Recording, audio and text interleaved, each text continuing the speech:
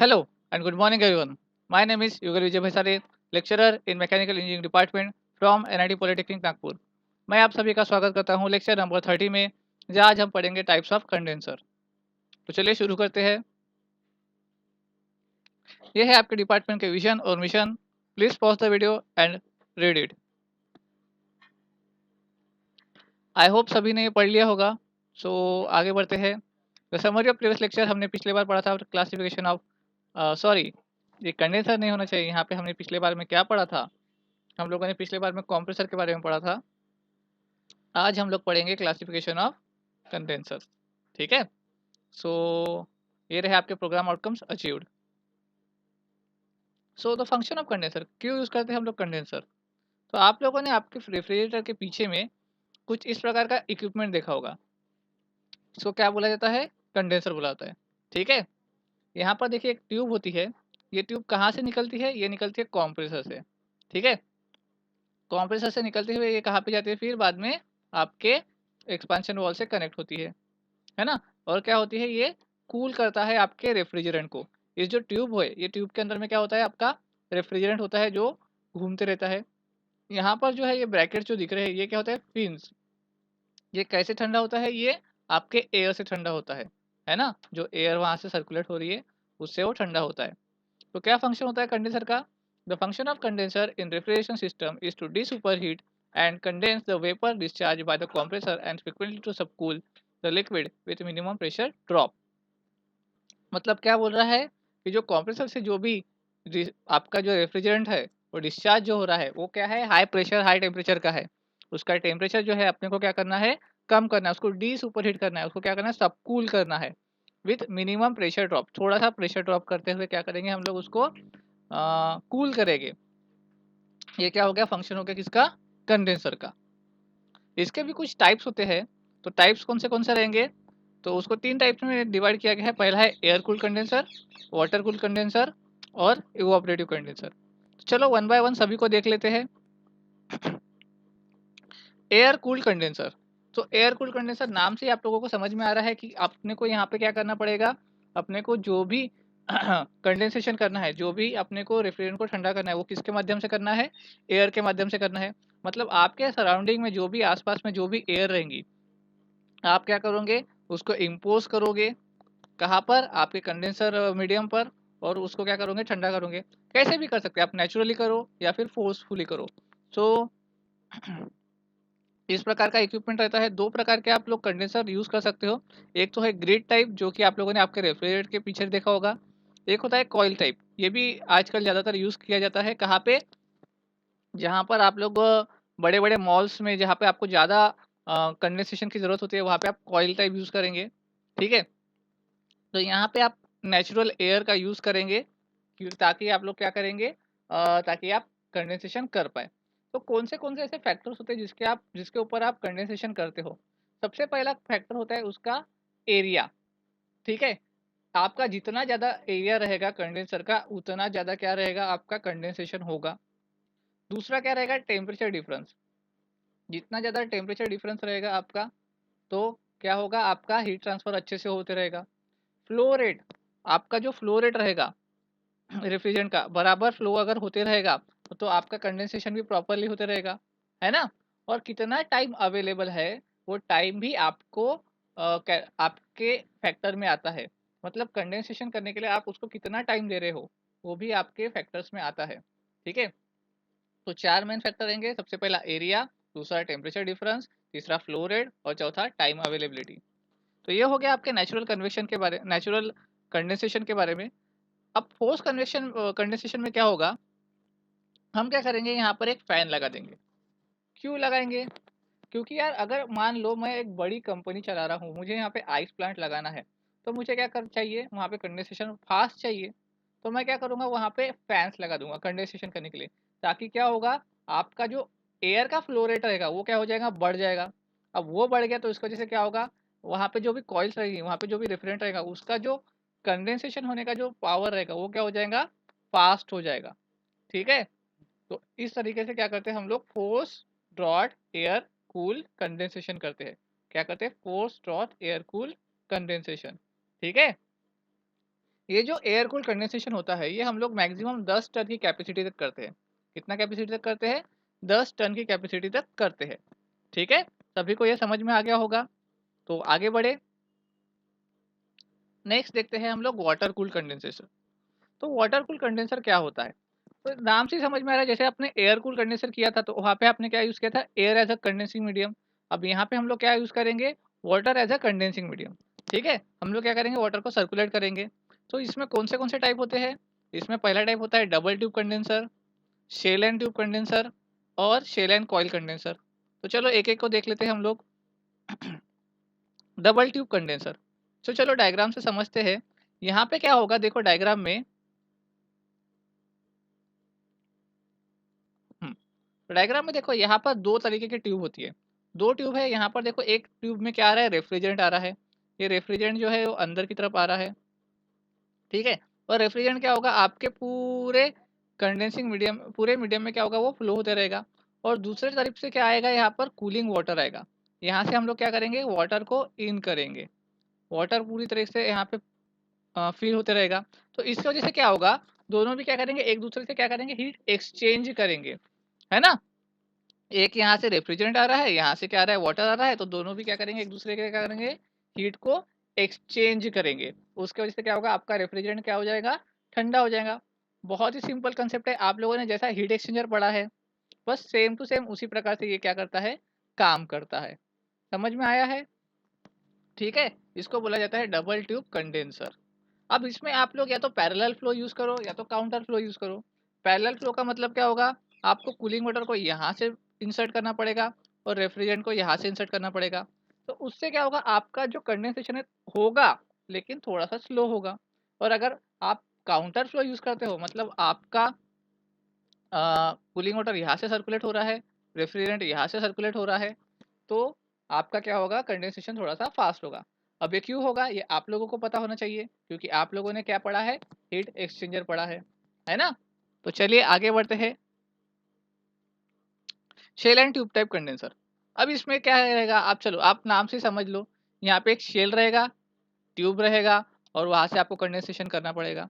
Simple सा है, चलो आपको एनिमेशन के थ्रू दिखाता हूँ। ये एनिमेशन मैंने गूगल से लिया है। तो जहां पर देखो, यहाँ पर क्या हो रहा है? एक शेल है, ये शेल है पूरा। ठीक है, जिसके अंदर में क्या है? बहुत सारे ट्यूब्स है। ये जो ट्यूब्स होते हैं वो या तो कॉपर के बने हुए होते हैं या तो स्टेनलेस स्टील के बने हुए होते हैं। ठीक है, ताकि आपका कंडेंसेशन जो है वो प्रॉपरली होते रहे। ठीक है। मैक्सिममली हम लोग इसको 2 से लेकर 1000 टन की कैपेसिटी, 2 से लेकर कितना? 1000 टन की कैपेसिटी के लिए हम लोग इसको यूज करते हैं। ओके, अब इसका वर्किंग कैसे होगा?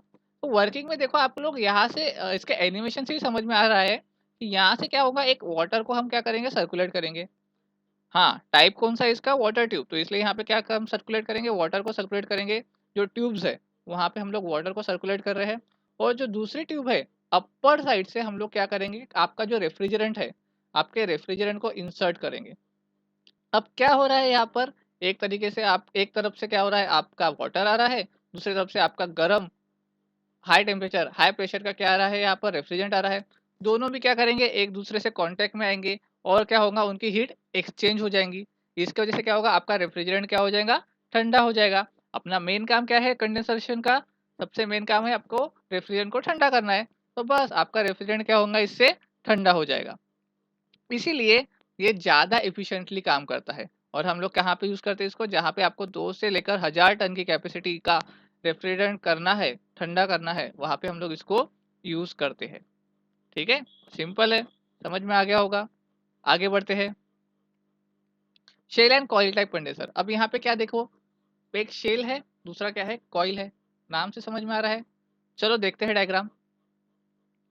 Shell and coil type condenser, ये भी मैंने गूगल से लिया है डायग्राम। ठीक है, आपके नोट्स में एक्चुअल डायग्राम अवेलेबल है। यहाँ पे कुछ समझने के लिए मैंने ये डायग्राम यहाँ पे लिया है। ठीक है, अब इसमें देखो क्या होता है। यहाँ पे भी स्टेनलेस स्टील या फिर कॉपर की ये ट्यूब्स होती है।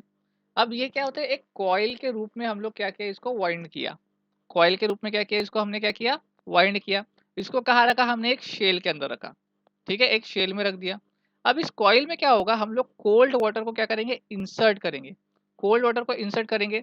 अब ये कॉइल के रूप में होने की वजह से क्या होगा, कोल्ड वाटर ज़्यादा देर तक आपके ज़्यादा देर तक क्या रहेगा आपके कॉइल के अंदर, वहाँ पे वो फ्लो होते रहेगा, है ना। और क्या करेंगे, हमारा जो रेफ्रिजरेंट आ रहा है, हॉट रेफ्रिजरेंट जिसका टेम्परेचर ज़्यादा है, उसको क्या करेंगे हम लोग इंसर्ट करेंगे। कहाँ से, अपर साइड से। अपर साइड से क्या करेंगे, हम इसको इंसर्ट करेंगे। अब ये क्या करेगा, हॉट रेफ्रिजरेंट आपके इस कॉइल के ऊपर गिरेगा। उसकी वजह से क्या होगा, दोनों भी क्या करेंगे, एक दूसरे से हीट एक्सचेंज करेंगे और आपका रेफ्रिजरेंट जो है वो क्या हो जाएगा, ठंडा हो जाएगा। आपका रेफ्रिजरेंट क्या हो जाएगा, ठंडा हो जाएगा और लिक्विड के रूप में वो क्या करेगा, बाहर आ जाएगा। तो ये सिंपल सा मैकेनिज्म है जो आप लोग यूज कर सकते हो कहाँ पे, shell and coil type condenser में। क्या है किया है हमने, सिर्फ एक कॉइल यूज किया है जहाँ पे कोल्ड रेफ्रिजरेंट को हम लोग यूज कर रहे हैं, और ऊपर से क्या कर रहे हैं हम लोग, ऊपर से क्या कर रहे हैं हम लोग, हॉट रेफ्रिजरेंट को इंसर्ट कर रहे हैं और बाहर से क्या निकल रहा है, फिर वहाँ पे लिक्विड रेफ्रिजरेंट निकल रहा है। जनरली यहाँ पे हम लोग counter flow heat exchanger use करते हैं। काउंटर फ्लो इसलिए यूज करेंगे क्योंकि आपका मैक्सिमम कंडेंसेशन हो जाए, पैरेलल फ्लो में ये पॉसिबल नहीं हो सकता है। ठीक है, इसको भी हम लोग कहाँ पे यूज करेंगे, जहाँ पर 50 टन की कैपेसिटी, आप लोग 50 टन की कैपेसिटी का रेफ्रिजरेंट यूज कर रहे हो, वहाँ पे हम लोग इसको यूज करेंगे। ठीक है, ध्यान में रखिएगा पॉइंट। चलिए आगे बढ़ते हैं नेक्स्ट। और सबसे सबसे ज़्यादा इंपॉर्टेंट आपका जो रेफ्रिजरेंट कंडेंसेशन रहेगा, वो रहेगा आपका इवापोरेटिव कंडेंसर। ये आपके एग्जाम में बहुत बार पूछा गया क्वेश्चन है, और मे बी इस बार भी पूछ सकता है आपका, चाहे पैटर्न एमसीक्यू पैटर्न ही क्यों ना हो, आपको ये पूछ सकता है। ठीक है, तो चलो देखते हैं इवापोरेटिव कंडेंसर क्या होता है। सो बेटा देखो, इवापोरेटिव कंडेंसर में क्या होगा, आपने एयर कूल कंडेंसर में एयर को यूज़ किया, वाटर कूल कंडेंसर में वाटर को यूज़ किया। लेकिन क्या हो सकता है, अगर आपके पास लिमिटेड क्वांटिटी ऑफ वाटर रहे या फिर लिमिटेड क्वांटिटी ऑफ एयर रहे, और आपको प्रोडक्शन करना है, आपको बहुत ज़्यादा कंडेंसेशन करना है, तो कैसे करेंगे। तो इसके लिए एक तोड़ निकाला गया, इवापोरेटिव कंडेंसेशन। अब कैसे वर्क करता है, इसमें क्या होता है देखते हैं। सबसे पहले तो यहाँ पर एक ट्यूब्स होती है जिसको बोला जाता है कंडेंसिंग कॉइल। क्या बोला जाता है, कंडेंसिंग कॉइल। अब कंडेंसिंग कॉइल है तो इसका मतलब यहाँ पे क्या आएगा, आपका रेफ्रिजरेंट आएगा। तो रेफ्रिजरेंट हम लोग यहाँ पे भेजेंगे वेपर कंडेंसर, वेपर फॉर्म में, और बाहर हमें क्या मिलेगा, लिक्विड फॉर्म में। ये एक शेल के अंदर होता है जहाँ पर हम लोग क्या रखते हैं, वाटर रखते हैं, नीचे के साइड में वाटर रखते हैं। अब ये कैसे काम करेगा, तो देखो यहाँ पर मैं क्या कर रहा हूँ, आपका जो ठंडा पानी है, आपका जो ठंडा पानी है उसको क्या करूँगा, पंप के मदद से उसको फ्लो करूँगा। कहाँ पे, आपके कंडेंसिंग कॉइल के ऊपर। यहाँ से आपका हॉट रेफ्रिजरेंट आ रहा है, अब ऊपर से ठंडा पानी आ रहा है, तो इसका मतलब क्या होगा, आपका जो रेफ्रिजरेंट है वो क्या हो जाएगा, ठंडा हो जाएगा। और यही फिर पानी वापस से क्या है पे आ रहा है, आपके नीचे के साइड में वापस आ रहा है, जहाँ से आप सर्कुलेट कर रहे हो, है ना। अब आपके दिमाग में क्वेश्चन आना चाहिए कि यार भैया, कि यार ये जो रेफ्रिजरेंट आप जो ठंडा पानी भेज रहे हो, ये यहाँ पे जब रेफ्रिजरेंट के पास आ रहा है तो आपका पानी तो गर्म हो जाएगा। हाँ, आपका रेफ्रिजरेंट ठंडा हो रहा है लेकिन आपका पानी तो गर्म हो जाएगा, और फिर वही गर्म पानी आप वापस से भेजोगे क्या, है ना। तो इसलिए हमने क्या किया, यहाँ पर एयर भी यूज किया।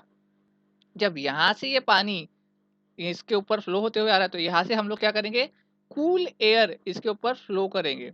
तो कूल एयर फ्लो करेंगे तो आपका जो पानी है वो भी क्या हो जाएगा, ठंडा हो जाएगा, और पानी क्या होगा यहाँ पर, नीचे की तरफ आ जाएगा। मतलब वही ठंडा पानी हम बार बार क्या करेंगे, सर्कुलेट करेंगे। और एयर का प्रॉपर्टी होता है भैया, हमने पहले वीडियो में पढ़ा था कि गर्म हवा हमेशा ऊपर की तरफ फ्लो करती है। तो गर्म हवा जो रहेगी वो ऊपर की तरफ फ्लो करके बाहर निकल जाएंगी, और ठंडी हवा क्या करेंगी, नीचे की तरफ बैठ जाएंगी। मतलब पानी बन के नीचे की तरफ बैठ जाएगी। यहाँ पे एक फ्लोट दिया है, फ्लोट का क्या काम रहेगा कि अगर आपका पानी का लिमिट बढ़ गया, आपका पानी का लिमिट बढ़ गया, तो क्या करेंगे, वो इंडिकेट कर देगा कि पानी का लिमिट बढ़ गया है, कम करो या फिर बंद कर दो। ठीक है, आई होप सभी को ये समझ में आएगा। फिर से बताता हूँ, यहाँ पे वाटर है, वाटर को हम लोग पंप कर रहे हैं, पंप कर रहे हैं, और कहाँ पे डाल रहे हैं हम लोग, आपके कंडेंसिंग कॉइल के ऊपर डाल रहे हैं, जिसकी वजह से क्या हो रहा है, आपका रेफ्रिजरेंट ठंडा हो जा रहा है। अब यहाँ पर हम लोग एयर भेज रहे हैं ताकि आपका जो वाटर है वो भी कूल होते रहे, और आपका जो रेफ्रिजरेंट कंडेंसिंग कॉइल है वो भी क्या होते रहे, ठंडा होते रहे। तो हम यहाँ पे क्या कर रहे हैं, इनडायरेक्ट कूलिंग कर रहे हैं। क्या कर रहे हैं, इनडायरेक्ट कूलिंग कर रहे हैं। ठीक है, ज़्यादा से ज़्यादा कैपेसिटी के लिए हम लोग क्या करेंगे, इवापोरेटिव कंडेंसर को यूज़ करेंगे, जहाँ पे आपको कैपेसिटी ज़्यादा चाहिए। ठीक है, और जहाँ पर भी लिमिटेड क्वांटिटी ऑफ वाटर रहे अवेलेबल है, हम वहाँ पर क्या करेंगे, इसको यूज़ करेंगे, ठीक है? इसका एक डिसएडवांटेज ये है कि ये थोड़ा-सा कॉस्टली है, आप जैसे कि समझ ही रहे हो, थोड़ा-सा कॉस्टली है। और यहाँ क्यों कॉस्टली है? क्योंकि हम यहाँ पर पंप यूज़ कर रहे हैं और पंप थोड़ा-सा कॉस्टली होता है, ठीक है? बाकी तो आपको कॉन्सेप्ट समझ में आ गया होगा। तो चलिए आगे बढ़ते हैं। क्या यूनिट आउटकम अचीव हुआ? हम लोगों ने क्लासिफाई कर पाए कंडेंसर को। रिव्यू क्या रहे आज के? आज हमने क्या पढ़ा? हम एयर कूल कंडेंसर पढ़े, वाटर कूल कंडेंसर पढ़े और इवापोरेटिव कंडेंसर पढ़े। प्रोग्राम आउटकम्स ये रहे आपके। क्वेश्चन किस प्रकार से पूछेगा? तो what is the function of condenser in refrigeration system? तो भैया बता दीजिए कंडेंसर का क्या काम है? क्लासिफाई करो कंडेंसर बोले तो क्लासिफाई कर लेंगे। 3 टाइप के कंडेंसर होते हैं, बता देने का। Explain the working of evaporative condenser, तो इवापोरेटिव कंडेंसर के वर्किंग बताइए। कंपेयर करो बोलता है एयर कूल और वाटर कूल कंडेंसर को, तो चलो कर सकते हैं हम लोग। पावर कंज्यूमशन, किसको ज़्यादा पावर लगेगा, है ना? पावर किसको ज़्यादा लगेगा? वाटर कूल को ज़्यादा लगेगा। सीओपी किसकी ज़्यादा रहेगी? आप लोग थोड़ा आइडेंटिफाई कीजिए। नॉइस लेवल कहाँ पे ज़्यादा रहेगा? Day and night sessional performance कहाँ पे रहेगा? तो ये जो क्वेश्चन है आप लोग इसको थोड़ा स्टडी करो, थोड़ा सा नेट से निकालो, कहीं से भी निकालो, पर ये क्वेश्चन आप बनाओ, ठीक है? That's all from today's lecture. Thank you. मिलते हैं अगले लेक्चर में जहां हम पढ़ेंगे एक्सपांशन डिवाइस के बारे में।